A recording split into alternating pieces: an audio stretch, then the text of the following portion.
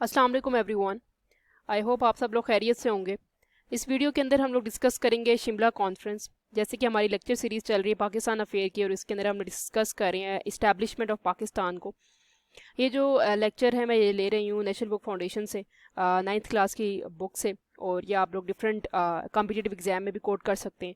Just a brief introduction है इसके अंदर, तो इजीली आप इसको अपने कोट कर सकते हैं डिफरेंट एग्जाम्स के अंदर भी। So let's start with this discussion. Shimla Conference 1945. In June 1945, following the end of World War II, जून 1945 के अंदर वर्ल्ड वॉर दूसरी जंग अजीम के आखिर में Indian viceroy Lord Wavell summoned a conference in Shimla and invite political leader from India to discuss his plan. एक viceroy थे Lord Wavell, उन्होंने सबको इकट्ठा किया शिमला के अंदर ताकि हम डिस्कस कर सकें इंडिया के अंदर अब नया प्लान ऑफ एक्शन क्या होगा। The Muslim League delegation led by Quaid-e-Azam and the Congress delegation led by Maulana Abu al-Kalam participated in the conference. इन दोनों के जो पार्टीज थे उनके मेंबर्स ने उसको लीड किया, जो फाउंडर्स थे उन्होंने लीड किया उसको।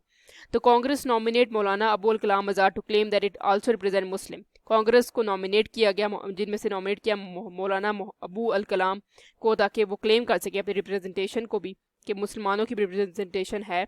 However, a deadlock occurred when Quaid-e-Azam insisted that all 5 members of Executive Council must be from Muslim League. Quaid-e-Azam ने कहा कि सारे एग्जीक्यूटिव काउंसिल के जो मेंबर्स होंगे 5 के 5 वो सारे मुसलमान होंगे।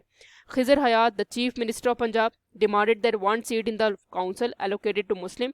खिजर हयात जो चीफ मिनिस्टर थे पंजाब के, उन्होंने कहा कि एक सीट दी जाए मुसलमानों को, should be given to this Unionist party.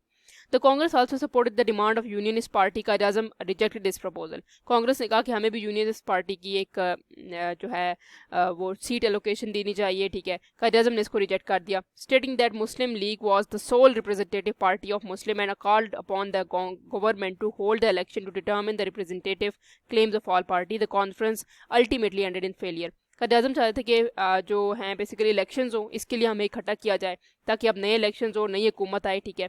और उन्होंने कहा कि मुसलमानों की जो जमात है वो सिर्फ सोलली मुसलमानों के लिए काम करेगी, कि कोई हिंदू का भी मुस्लिम लीग के अंदर हिंदुओं का कोई अमल दरामद नहीं होगी, कोई काम नहीं होगा। कांग्रेस जो है वो ऑलरेडी हिंदुओं के लिए काम करे, तो मुसलमानों की पार्टी के अंदर हिंदुओं को कोई सीट नहीं दी जाएगी, क्योंकि ऑलरेडी हिंदू जो हैं वो मेजॉरिटी के अंदर हैं और मुसलमान जो है वो माइनॉरिटीज़ के अंदर है।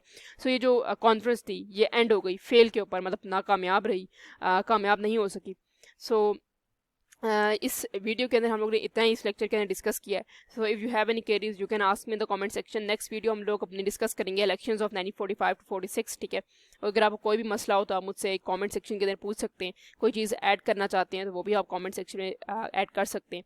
Please like, subscribe and share my channel. Thank you so much.